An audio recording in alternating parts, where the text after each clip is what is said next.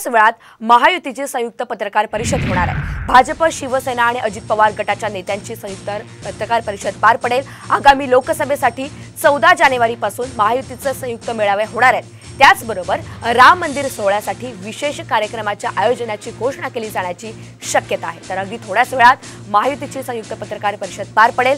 भाजप, शिवसेना आणि अजित पवार गटाच्या नेत्यांची संयुक्त पत्रकार परिषद होणार आहे। आगामी लोकसभेसाठी 14 जानेवारीपासून आपण पाहतोय महायुतीचे संयुक्त मेळावे देखील होणार आहेत। त्याचबरोबर राज्यामध्ये देखील इतर महत्त्वाचे मुद्दे आहेत।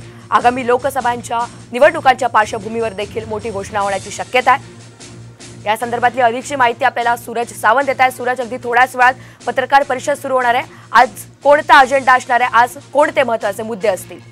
महायुतीमध्ये आज आपण पाहिलं तर भाजप, शिवसेना आणि राष्ट्रवादी या तीनही पक्षातील प्रमुख नेते यांची पत्रकार परिषद होणार आहे। येणाऱ्या लोकसभा निवडणुकीच्या पार्श्वभूमीवरती महायुती राज्यभरात कशा पद्धतीने काम करणार आहे किंवा युतीबाबत किंवा जागांबाबतच्या वाटपांबाबत आज नेमकी भूमिका मांडली जाणार असल्याचं देखील कळतं आहे। कुठली जागा कुणाला सोडाव्यात, त्याबरोबर कुठल्या मतदारसंघात कोणाचा होल्ट आहे, या एकूणच बैठकीमध्ये चर्चा होईल आणि त्यानंतर या तीनही महायुतीतील जे प्रमुख नेते आहेत ते माध्यमांना या ठिकाणी येऊन संबोधित करणार आहेत। त्याचबरोबर नेक्स्ट याच्यानंतर निवडणुकीला कशा पद्धतीने सामोरे जायचं आहे, युतीचा प्रचार नेमका कसा होणार आहे, काय नेमकी रूपरेषा आहे, याचा एकूणच आढावा हा आजच्या पत्रकार परिषदेत। त्यामुळे आगामी निवडणुकांच्या अनुषंगाने कार्यक्रम घोषित करण्याची शक्यता आहे। हा आराखडा आणि नियोजन कसं असेल हे आजच्या पत्रकार परिषदेतून स्पष्ट होण्याची शक्यता आहे। धन्यवाद सविस्तर माहितीबद्दल।